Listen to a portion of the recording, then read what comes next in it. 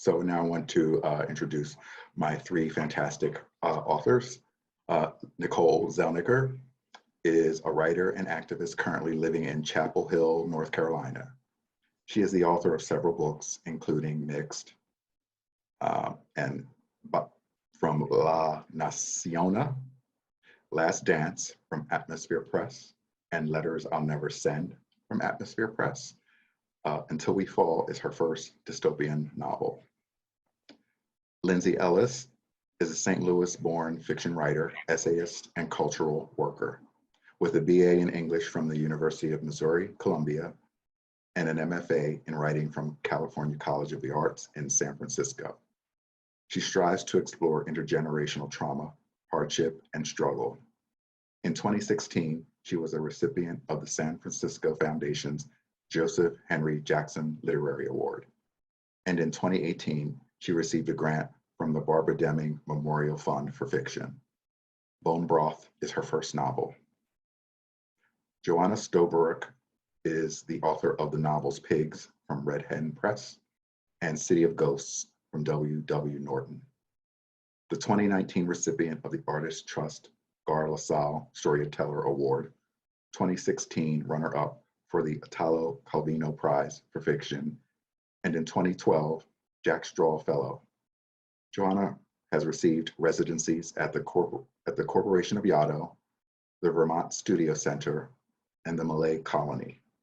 Her work has appeared in the Chicago Review of Books, Lit Hub, The Best of the Net Anthology, and elsewhere. She lives in Walla Walla, Washington. Thank you to all, and we're going to have our three guests read excerpts from their novels before we get into questions. Thank you so much, David. I'm slated to go first, and I just wanted to thank Jaded Ibis Press and Left Bank Books for having us all here tonight. I'm really thrilled to be reading with Lyndsey and Nicole. I'm so grateful to David for facilitating this conversation, and I also want to say congratulations to Nicole on the publication of her novel. I'll be reading just two short sections from my novel Pigs, which was published in 2019. The premise of Pigs is that it takes place on an island that serves as a receptacle for the entire world's garbage. And the way that the system works is people throw their trash away, the trash goes into the ocean, it arrives at the island shores, and it's gathered up by a group of parentless children who feed it to a herd of giant magical pigs. And the system works really well, but the pigs are extremely fierce, and if occasionally they snap off a child's finger in the process, so be it. The world doesn't have to think about them. It doesn't have to think about anything that it accumulates and throws it away. But one day, a child washes to shore in a barrel, and the children have to decide if he's more garbage meant to be fed to the pigs or one of them. So I'm going to read just the first page and a half of the novel, and then I'll read a couple paragraphs from later on inside of it. The pigs ate everything. Kitchen scraps, bitter lettuce from the garden, the stale and sticky contents of lunch boxes kids brought home from school, toenail clippings, hairballs pulled up from the drain. After the pigs were done, there weren't any teeth left over, not even any metal cavities filled long ago. They lived in a pen out back. The land was rocky but spacious, and the pen had been tucked in a corner out of sight for more years than any of the children could remember. It was made out of wood, gray splintered boards nailed together in a haphazard way. Every 5 feet, the wood was anchored by posts. When you stood by the fence, the pigs lumbered over, grunting, and stuck their snouts out between the rickety slats. It wasn't always that they expected food. Sometimes they just wanted their snouts scratched. Sometimes they just grunted happily and settled back down for the night in the shade. There were 6 of them. They never fought. They seemed to smile when you approached, but you had to be quick. If you brought a bucket of slop, and poured it out too quickly, too slowly without moving your hand away, you never knew what could happen. Louisa was missing a finger. Not an important one, just her left hand pinky where she hadn't moved away quickly enough one hot summer afternoon when she was feeding them shoes. It was summer every afternoon there, soft and lazy and slow. The pinky came off in one clean bite before she even realized what was happening. She left with a feeling of shame, like it had been her fault the pig grabbed her finger. She wrapped her hand in her skirt and kept her mouth shut, and the stub didn't start hurting until she lay down for the night. The land was actually an island. The island was surrounded by water that glinted green in the sun and clouded to gray in the shade. Some might have let the pigs run free, feral among the scrubby bushes. The pigs could have rooted happily for mushrooms or truffles, found entire brambles of berries to eat, and maybe left the children alone. They could have gobbled up the entire world's detritus without anyone's help. But the grown-ups preferred the pigs confined. They preferred the relative safety of the fence. Louisa had lived on the island forever, or for as long as she could remember, which was the same as forever. There were other children too, 3 of them. Andrew, who sang in his sleep and had straw-colored hair. Mimi, who was older or at least taller than the rest, and who liked to pretend she knew much more about the world than anyone else, and who couldn't grow her hair long no matter how hard she tried. There was even a toddler. They called her Natasha. Her head was covered with loose blonde curls.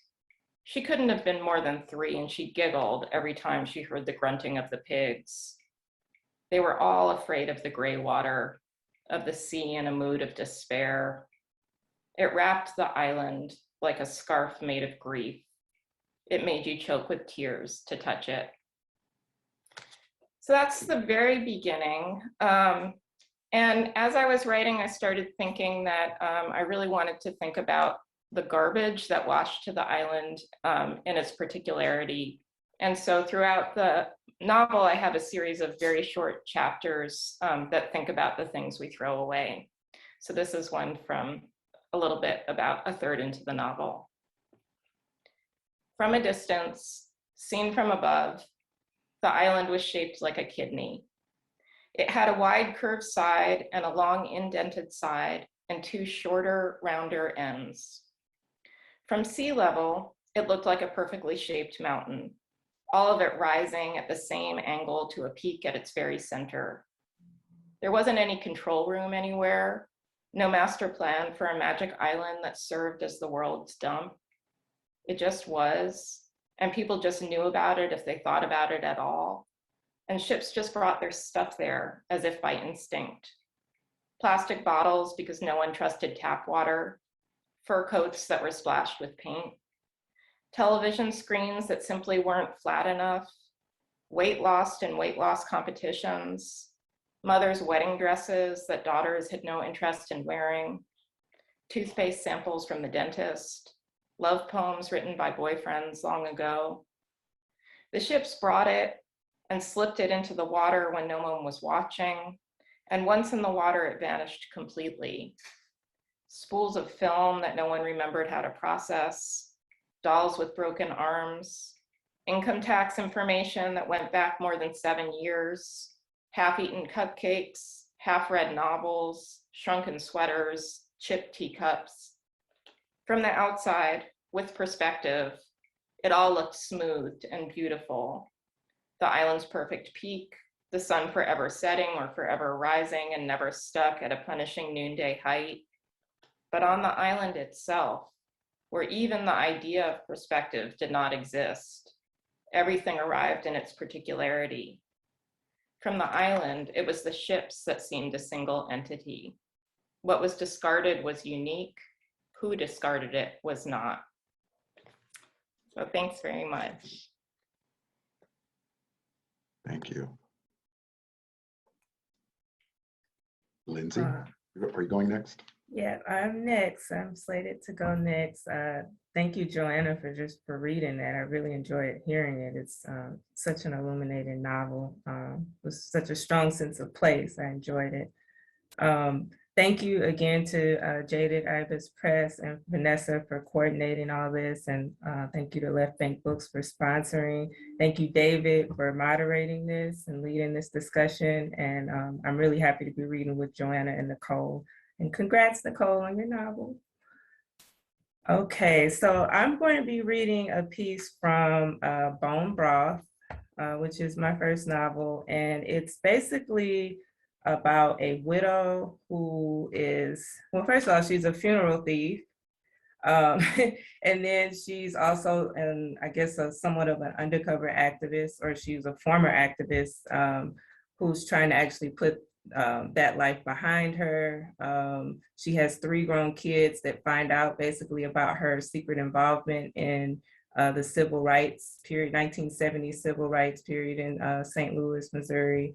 And all of this happens, basically all this is let loose during or after the death of her husband, the patriarch of the family. So it gets a little chaotic. I will start reading from a piece in the middle of the book where Justine, who's the matriarch and the main character, she's actually come to a point where she's kind of come to terms with, you know, who she is and her old identity, and kind of wanting to have a little piece of that back, and just to grow a stronger identity in herself after all this comes to the forefront.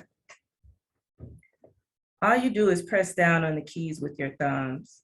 Bev tapped the keypad with her shears, her sculpted nails brushing against Justine.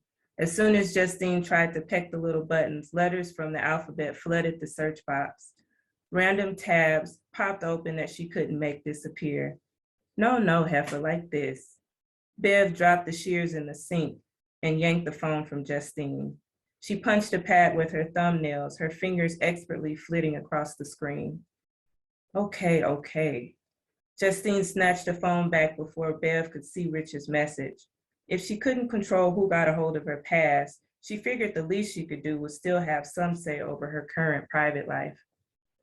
Still can't believe how quiet you were at group yesterday, Bev said. Get off my back, I went, didn't I? Yeah, but the whole point is to talk. There's a reason we meet, you know. Well, you talked enough for both of us, Justine reminded her. Bev passed on her check-in speech just like Justine did, but for what she held inside during the group wellness discussion, she plenty made up for afterward during their drive home. Talking up the good food Justine missed out on and warning her how she'd end up like Myrtle if she kept refusing to be social with folks. By the time they pulled into Justine's driveway, she was ready to call it quits on their friendship, if just for a little while. Justine went back into the house with a dark cloud over her. Everything felt wrong, so she ended up doing what she did when she got that down. She read her Bible and smoked a joint, flipped right to some of her favorite passages and Psalms, and rolled up what little she found in Bev's glove compartment when they'd stopped to get gas. Then Justine listened to some Bill Withers while she took a bath and played dress up in clothes she hadn't worn in years, decades. Stuff she couldn't believe still fit, with smells and textures that hurled old memories at her until she was nothing but a weak, teary mess on her bedroom floor. Justine realized that nothing she'd stolen from funerals, flowers, jewelry, handkerchiefs, could compare with what she rehashed that night. Crucial moments she tried to bury inside of herself or replace completely with other people's crucial moments came back full force. Just thinking about it put her on the verge of imploding. Cut it all off, Justine told Bev. She stared at her best friend through the mirror. Bev put her hand on her hip. Do what? You heard me. Why? Just do it. The shower head's drip seemed like it was getting louder. Muttering to herself, Bev disappeared and returned with a large towel. Thought you just wanted a quick, easy trim, she said, hurling the cloth on the floor around Justine's feet.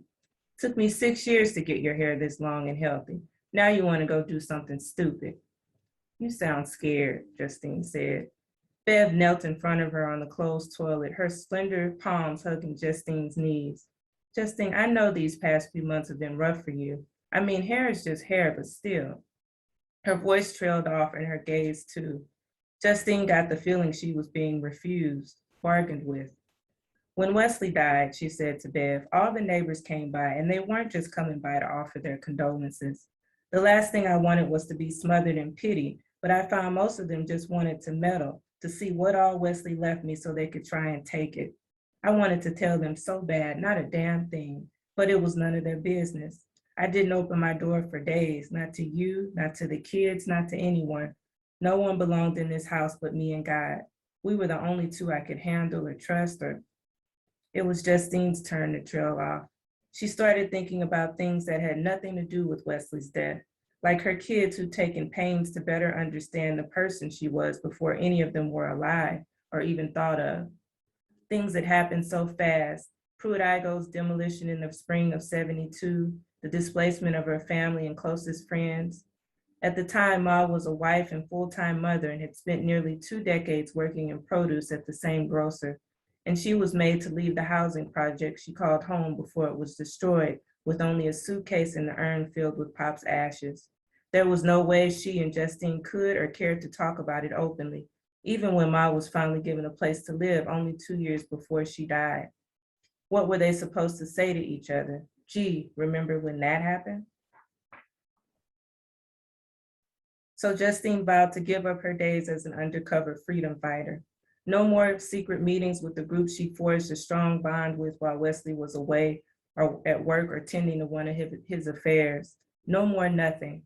In a week's time, Justine had let a man she loved more than life knock the will out of her. Thinking back, she couldn't believe she'd stuck around and allowed Wesley to change the course of her path, but it happened. Small puddles formed in Bev's eyes. She squeezed Justine's kneecap. Then give me the damn scissors, I'll do it myself. Justine looked at nothing as one hand gripped the other in her lap. When Bev was done, she rose before her legs could freeze and stared at her reflection in the mirror. Her mind flashed unwanted snippets of a young woman with her memories of televised blasts turning vacated buildings, once her home, into mountains of gray powder on that fateful day in April '72. She saw the young woman on that cold December day of the same year in the Sears uniform she borrowed, hot and red and mad and wanting room to spread. In the mirror, Bev stood behind Justine and sucked her teeth, hands on her hips. A mess of short, tough, uneven black hair sat like a halo around Justine's face. There she was, or the person she was once becoming.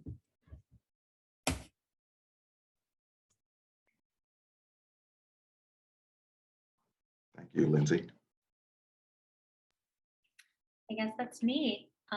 Thank y'all for reading, and thank you, David, for for moderating. And it's been really awesome to work with Vanessa and everyone. So I'm going to read a little bit from Until We Fall, which came out on Monday. So this is a dystopian novel about a not so distant future where a young woman, Isla, gets caught up in revolutionary activity that she never really intended to be a part of. So the scene that I'm reading from, Isla's been imprisoned, and along with her teacher and her teacher's husband, and her sister Hannah is trying to figure out where she is and how to get her back. So I'll start. Hannah's parents were sick with worry. They spent days on the phone with the local police who could tell them nothing. At night, Hannah heard them crying in their room. All they knew of Isla's whereabouts were what Hannah had told them, which wasn't much. The Saturday after Isla was taken, Hannah went down to the police station, but they turned her away. She kept going back the next day, after school on Monday, and on Tuesday. On Wednesday, she met a sympathetic officer, Dex Sherman, named after the president, and he told her that Isla wasn't there. Where is she? Dex looked to the side of Hannah's face, his desk, anywhere that wasn't her eyes. There's a prison in Evanston for traitors to the state, he said. Excuse me, what? The prisoner, Isla, is accused of aiding and abetting terrorists. Hannah blinked. Isla abating terrorism? The thought was, at best, laughable. She glared at Sherman until finally he met her eyes. Where in Evanston, she asked. Every fresh breeze, every bird call, every rustle of the leaves, it all set Hannah on edge. She didn't know if she was allowed to be there at the prison her sister resided in, but she figured it was better to ask forgiveness than permission, at least in this case. The prison itself was surrounded by guards, and around the guards, barbed wire. The windows were all barred, and they were hardly windows besides. They were narrow and slanted, letting in just enough oxygen to prevent the people inside from suffocating on stale air. What had Isla done? Hannah couldn't figure it out. If Isla had joined a group of rebels, Hannah surely would have known. But she hadn't. How did she end up at this high security government prison? Did the officer lie to her? A twig snapped. Hannah whirled around, but it was only a squirrel already dashing away. She glared at it. "You're not militant," she grumbled. "No, but I am." Hannah startled. Before her stood a man in a navy uniform, his pale face cloaked in a neatly trimmed raven black beard. She hadn't heard him approach. "Sorry, I was lost." "Dex called," the man said. "He told me you were coming. Hannah, right?" Her blood ran cold. "Are you going to arrest me?" The man shook his head. "Come with me," he said. Hannah didn't move. "Do I have a choice?" she asked. The man shrugged. "You always have a choice," he said, "just not if you want to free your sister." The man's name was Farlam, and he was a militant lieutenant. He was also an agent for the revolution. Hannah set her glass down. Farland had taken her to a rec center about a 15-minute drive from the prison, where he said local agents met in the basement. Since no one was there, they sat at the island in the kitchen with another woman who had served Hannah water and offered her a peach. The peach sat untouched. "You're a spy," Hannah said. The woman laughed. "I guess you are," she said to Farland. "That makes you sound a lot cooler than you are." Farland grinned. "Ignore Temmie," he told Hannah. "She's harmless."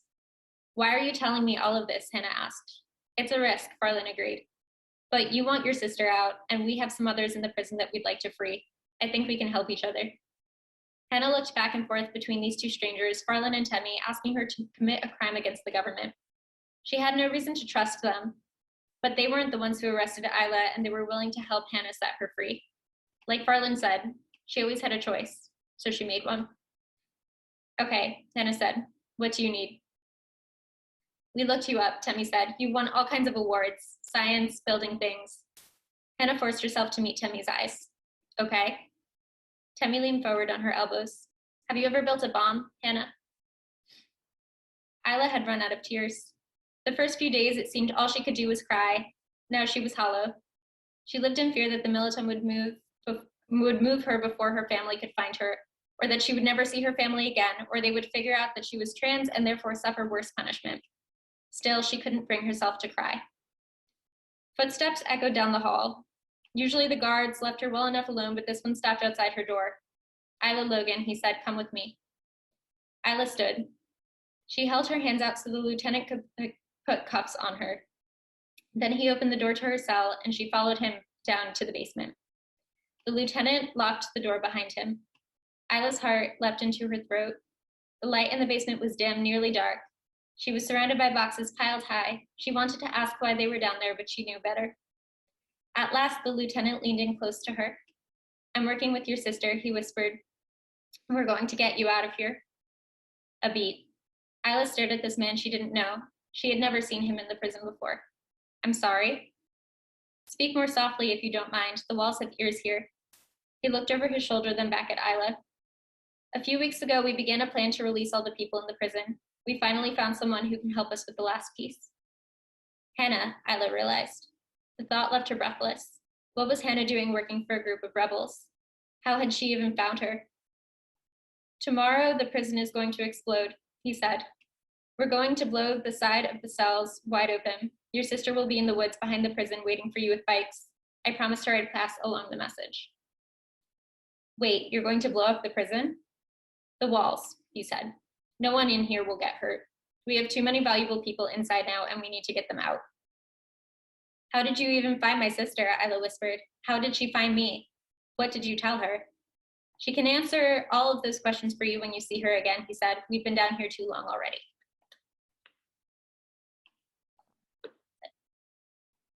Thank you. Thank all of you. And I just want to say, if any of the comments, sort of brings about a question, or if any of you have something you want to ask, just feel free to jump in. It's kind of an informal format, right? It makes sense to me to start with the question of where did the idea for your novels come from?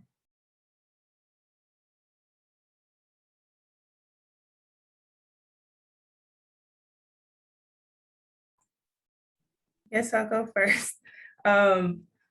Well, I have been, I don't know, Justine, for me, the main character of Bone Broth, she just kind of popped out to me, and I don't know where she came from. It was just like this older woman, and I knew there was like the funeral scene at the beginning, and all that, everything else kind of just developed around that.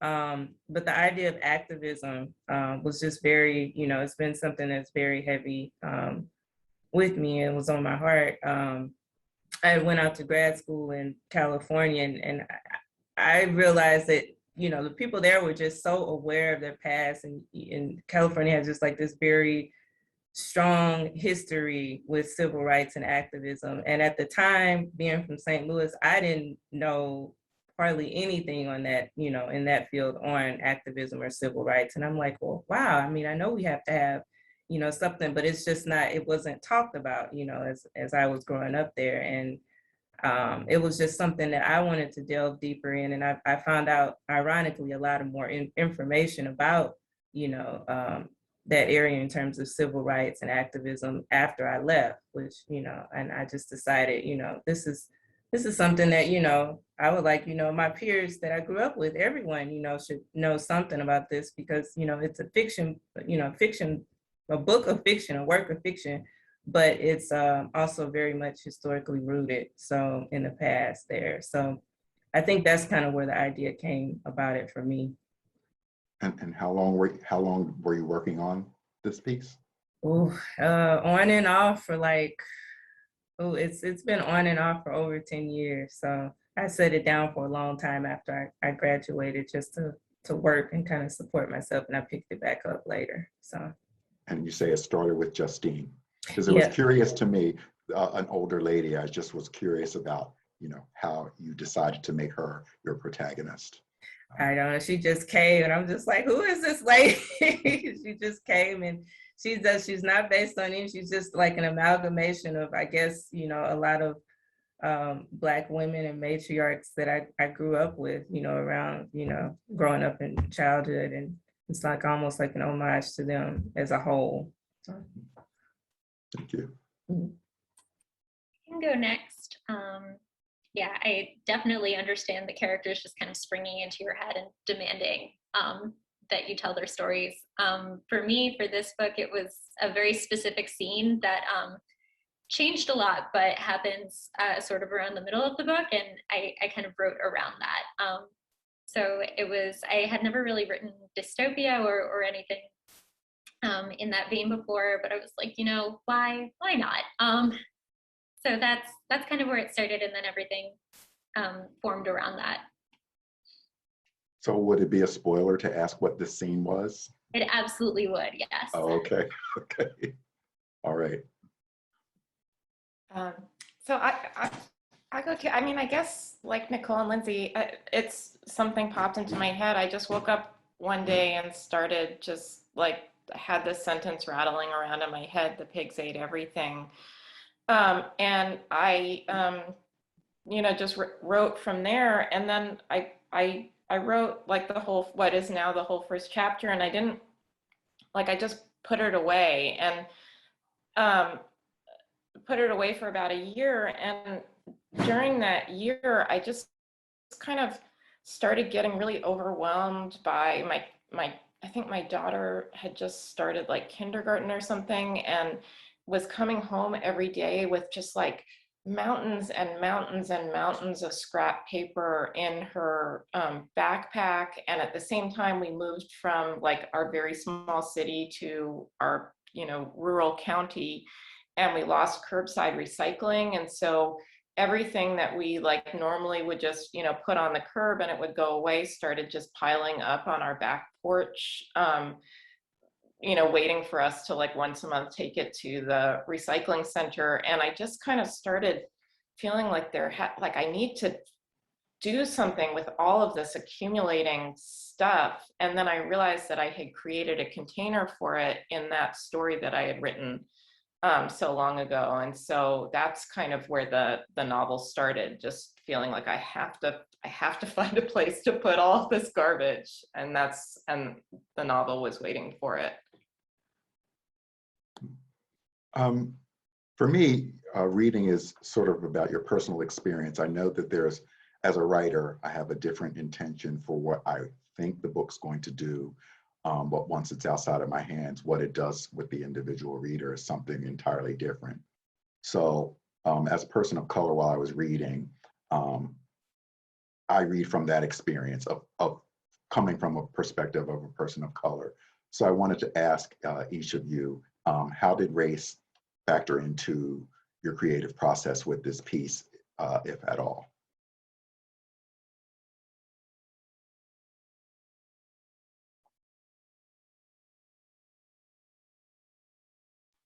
I can go first. For me, it means doing a lot of research and asking a lot of questions. You know, I feel like traditionally in a lot of dystopias, the person who is kind of, you know, the chosen one or the one that everything falls on is white.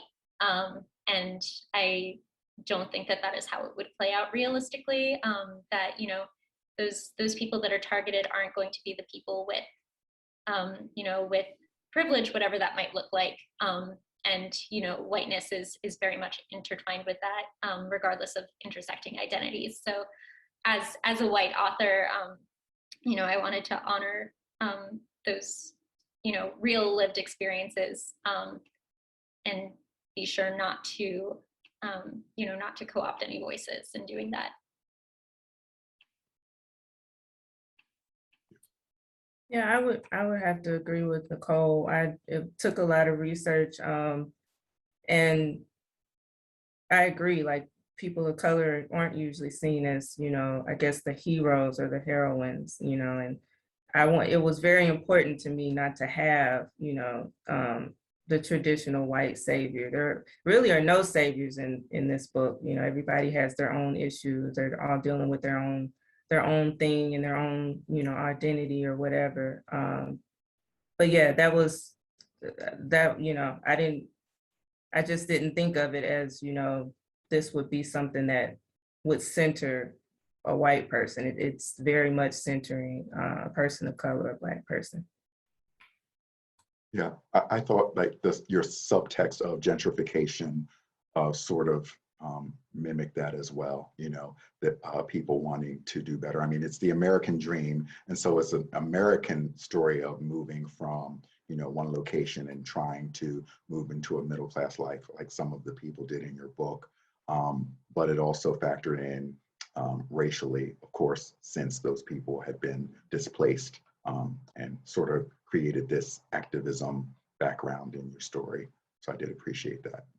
Thank you.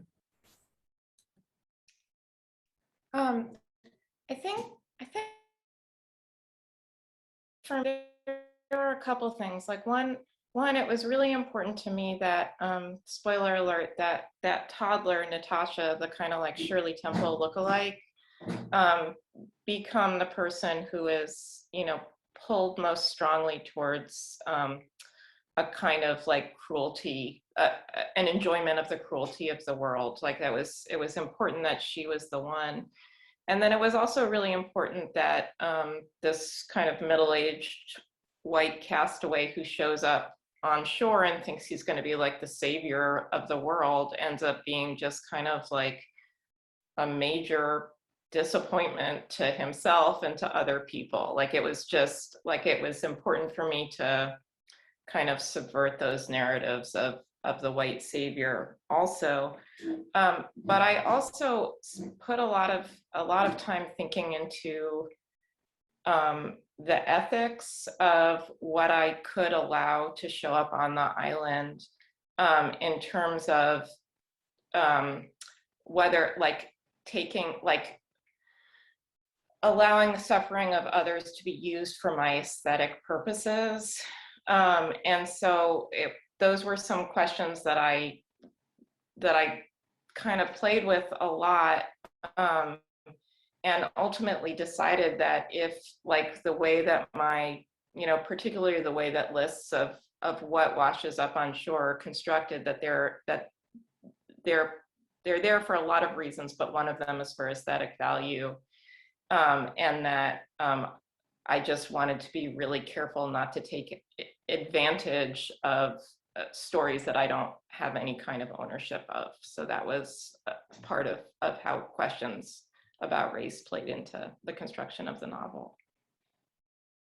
Well, it was really powerful for me reading your piece, because the way that you depicted the adults, for me, there was a lot of imperialism or colonialism, which tied in for me. So even though the race wasn't depicted per se, I picked that up, especially as the adults were sort of Nordic in appearance.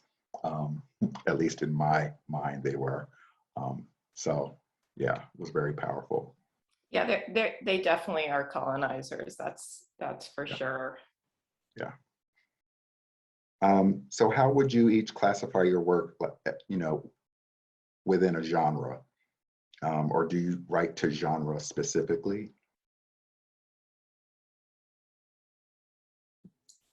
I'll go first with this one. I think part of what held me up from completing the novel for such a long time is that I just couldn't figure out whether it was genre work or not. Like I couldn't figure out if it was fantasy. It's definitely not. It didn't feel like it was dystopian. I thought maybe like it's about kids, maybe it's a kid's book, but then no, it's way too dark. And I think that the closest that I come to, and the way that a lot of people identify it, is as allegory.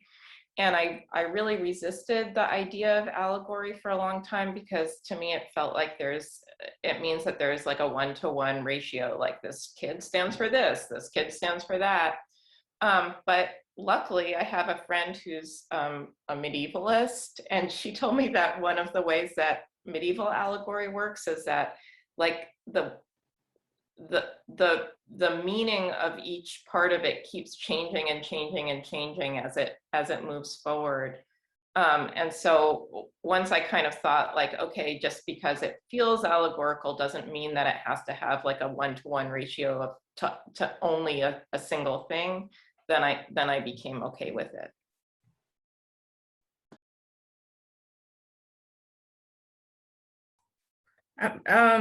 A lot of people, I actually wanted to kind of categorize it, Bone Broth, as historical fiction, which it's really not, because it's set in contemporary times. It's just got, you know, it's historic. It's got a lot of historical roots. So I had a hard time too, kind of categorizing in terms of genre. For a while, I wanted to call it a mystery, but a lot of people like, I don't get that until you read it, because you know at the end there are some twists. But I don't know. If I was to go with anything, I'd say it's loose mystery, so to speak. Yeah, and just contemporary fiction rooted with you know, in historical roots or something like that. But yeah, it was very hard for me to place this in terms of just it being in one genre. Like, do you feel you have to? I mean, do you feel like it's stifling in a way to think that way? Yeah, it is. It's, to me, it's limiting to, you know, to anyone's work. If, I mean, some people's, you know, work, a lot of people's work, especially now, is kind of genre bending. So or it can fit in more than one genre. So yeah, it's kind of hard it's challenging to think of it just fitting in one genre. I think the question of genre is actually super relevant to like the publishing industry right now. And I apologize for folks that don't care about the publishing industry. I'm just going to go off for 1 minute. You know, whenever I'm submitting something, you know, folks always ask for the genre, or you know, how would you best categorize? And then there are, you know, publishers, etc., who take specific genres but not others, and I'm like, well, it kind of blends those two. So what does that mean? And then, you know, for me as someone submitting, that can be tricky. But I think that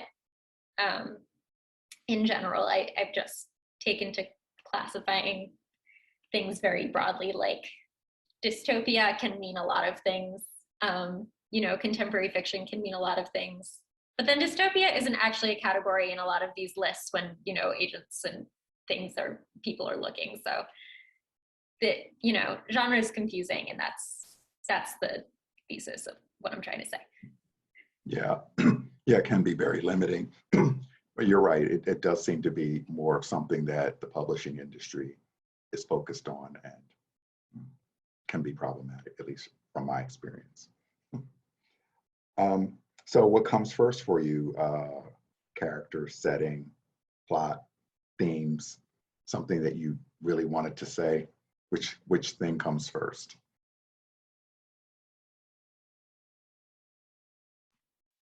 And not just for this one, but I guess more in general when you're writing. What's your starting point? I think it depends. Like, you know, Lindsay was saying before, things will just kind of like pop into my head, and you know, that's kind of the starting point. You know, like I'll start thinking about a certain character and be like, oh, okay, cool. Well, I'll set that aside because I have to focus on this other thing, and then I just can't stop thinking about it until I get it on paper. So whether that's a scene or a character, and then, you know, once I have that kind of thing that has to happen, then I can start thinking about, okay, well, this is what I want to say with it, and this is, you know, this is where it's going. I'm a plotter, so all the kind of plot points get plotted out in advance. I just said plot so many times, but that's my method. So do you wake up in the middle of the night? Oh my God, I've got an idea. I've got to write this down. Yes. Yeah. Okay. I keep a notebook by my bed. Yes. I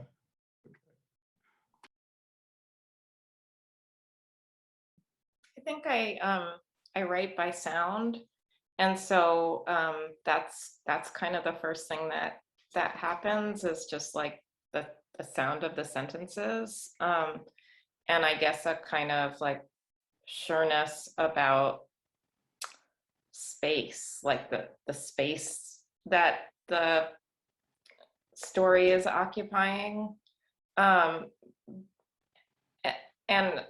somehow, like if I have what it sounds like, and I have kind of like the atmosphere of the space that it's in, then I can move forward. But if I don't have that stuff in place, then I can't, I just get stuck. I've never heard that before, sound. So, I mean, what kind of environment do you need to be in for that? Do you need to be sitting in silence and then you hear some sort of flow, or just it's in your head? It's in my head. It's in my head. And it starts rattling around in my head, and then I just have to get it out on the page. That's how it is for my characters. They're in my head, so I need to get them out. So I start writing. Lindsay.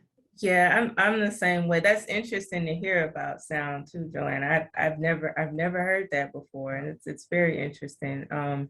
But yeah, I think characters usually come to me first, even though sometimes it has been seen, like a scene.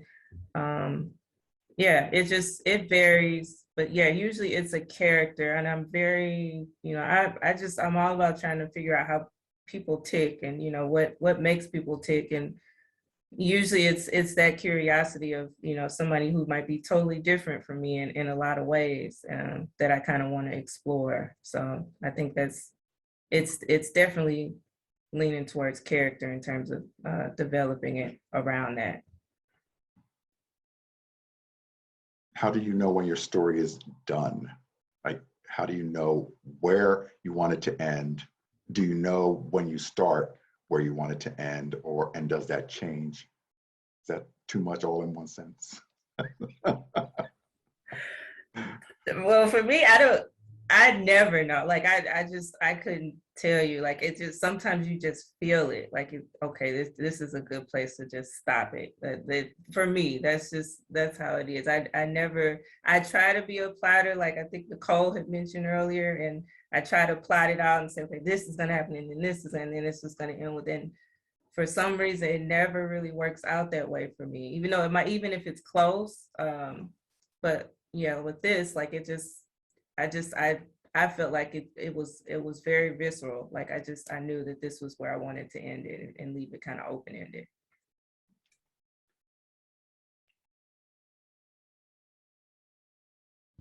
I also just kind of feel it. I'm not a huge. I guess I plot sort of like halfway through or something. Like I start writing, I don't know where it's going, and then I realize like, okay, this project is going to be a big project, and then I kind of like figure out the arc of the plot. But I also, like Lyndsey, I just kind of like, it just sometimes just feels like, okay, here it is. I didn't realize I was getting there, but here it is. And just but I should say that Pigs had a different ending for a long time until my sister very wisely talked me through the way that the ending should go. So in that case, I kind of misunderstood where the place was. I have OCD, so everything is very plotted in advance. And sometimes, you know, things can change, but generally I know how it's going to end. I also write out of order because everything is kind of plotted. I can, you know, be like, oh, that's a scene I really want to write right now, and I think that that's going to be important to figure out where other things go.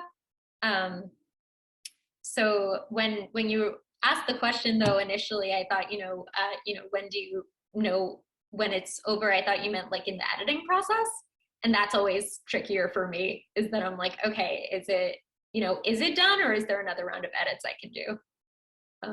And I don't have a good answer for that. Well, that was going to be my next question about your revision process. You know, how complicated is that? And are you like a merciless editor where you just get rid of things with no, feelings about it, about losing it? Whereas I feel every sentence is a work of art, and how dare they get rid of it? Yeah, I get rid of things, but I save them. Like if I'm, kind of early on in the process, I'll have a document with like with Until We Fall. I'll have like the document titled Until We Fall, and then I'll have like Until We Fall scenes where, if I need to take something out, I paste it in there because, every once in a while there will be something that I'm like, oh, there's something missing here, and then I realize, wait, I wrote that earlier, and I had to take most of it out, but there's a little thing in here that I can save. So that's kind of what my initial editing process looks like. But then toward the end, you just gotta cut some stuff, and that's hard, but you gotta.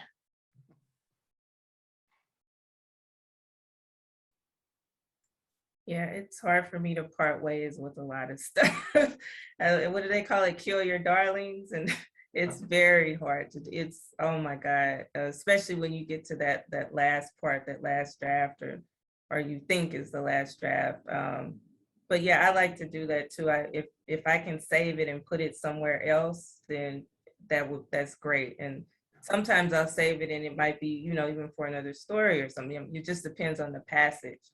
But if I can, find it again. But yeah, I definitely like to say, I don't just like to throw it out if I can into the abyss, if I can help it. I love editing. Pigs, I have 17 drafts of it. It gives me an enormous amount of pleasure to throw things to realize where excess within the manuscript is and to cut it out. And I'm kind of the same way with sentences. Like I especially while I was writing Pigs, but I'm still kind of this way, is like I was just really obsessed with having sentences be like, cut them down to the bone, like just have as few words as possible to say what I wanted to say. and it just gives me an enormous amount of pleasure to do that, to just like shave things down as much as I can. And so, you know, I have a whole other novel that is pigs. Like I have a novel that was written from this character Otis's point of view that's about him, that the novel was at one point, and that's, you know, saved in my Scrivener folder, and I don't think I'll ever go back to it, but it was important to put it in there and then take it out. How much revision did you do to your lists? I mean, because there are very specific things that are included in your lists of garbage or trash. So how did you decide on those things and what to get rid of? Yeah, those ones actually, like, I didn't get rid of that much of them. I sort of realized that so much of the novel takes place really, really close up. And I wanted to have some kind of mechanism for like looking at it from a distance. And so that's kind of where the idea for these like short, I don't call them like interstitial chapters. And I started thinking about like, what are different ways that we can think about throwing things away? And so the one that I read, you know, there's like garbage that accumulates, but also weight loss competitions, and, you know, tax returns, et cetera. And part of them are things that I'm just like, I have stuck in my closet. So I'm like, I have these tax returns. I don't know what to do with them. Like they just stay there for 7 years or more.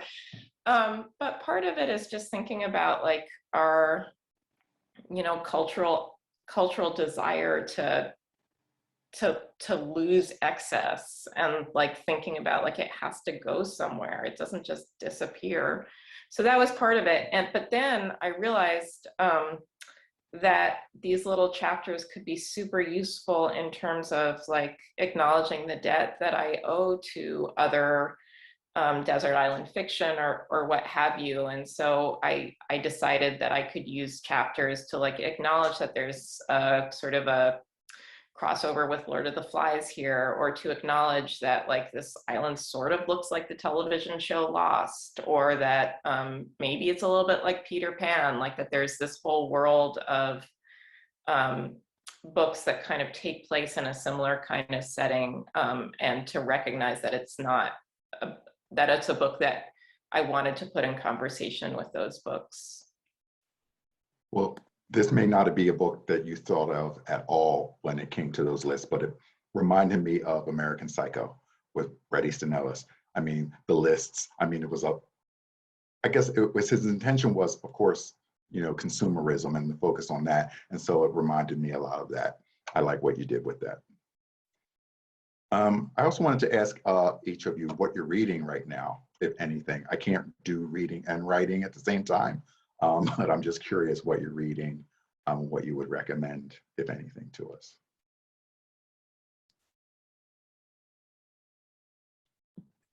The most recent book that I just got in the mail is Roxane Gay's Bad Feminist, which I don't know why it took me so long to get it in, you know, in book form when I've been reading her for such a long time. But that's what I'm reading right now. I have my current read right here. It's the best short stories of 2021, and this one was narrated by, or not narrated, edited by Adichie. So you know the stories are going to be good. And then my last 5-star read, I think, before that was Transcendent Kingdom. I'm reading an oldie, Shirley Jackson's The Lottery. I'm really into horror, so a friend of mine sent that book to me, and it was just like, you gotta read. And I felt everybody's like, you haven't read, you know, The Lottery yet? And I'm embarrassed to say I hadn't read it, so I'm really enjoying it. And do you have any writing heroes, people you look up to, or someone that you've read everything they've written? Any heroes? Toni Morrison. Same. Yeah, I'd have to say her, and then I like Arundhati Roy. she's definitely a badass.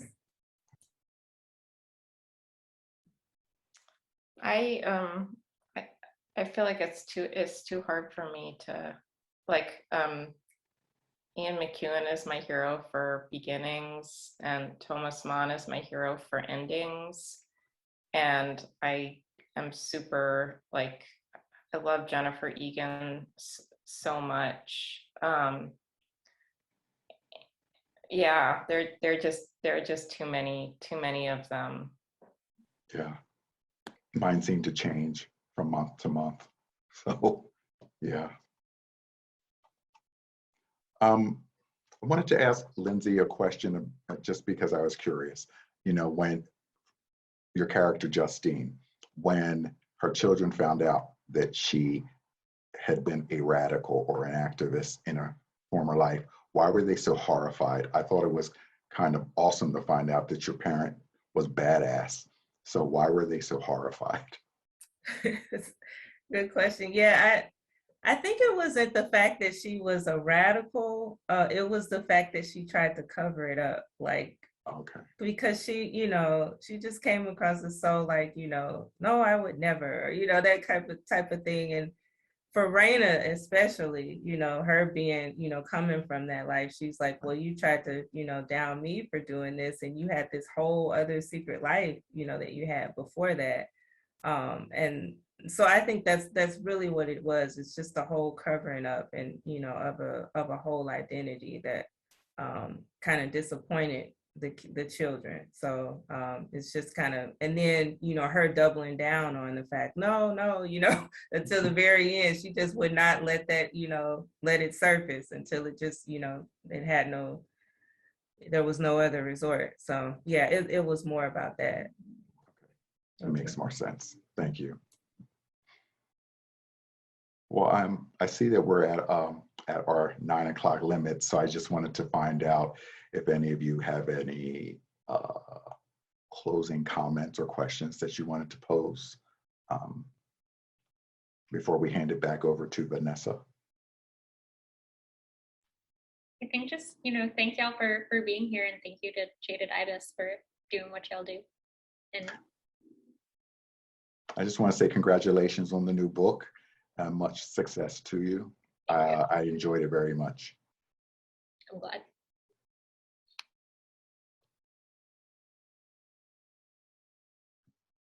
Awesome. Well, thank you, Nicole, Johanna, Lyndsey, and David for doing this reading and for moderating. It was a great conversation. It's always so interesting and really fantastic to hear authors read their own work, because, you know, we have the voice in our head sometimes for like specific characters even. And so to hear how you envision it is that extra little gem.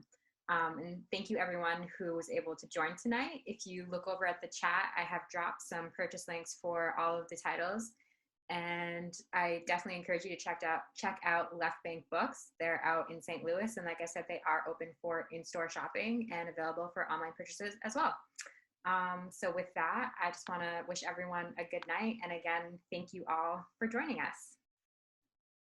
Thank you, everyone. Good night. Let's go.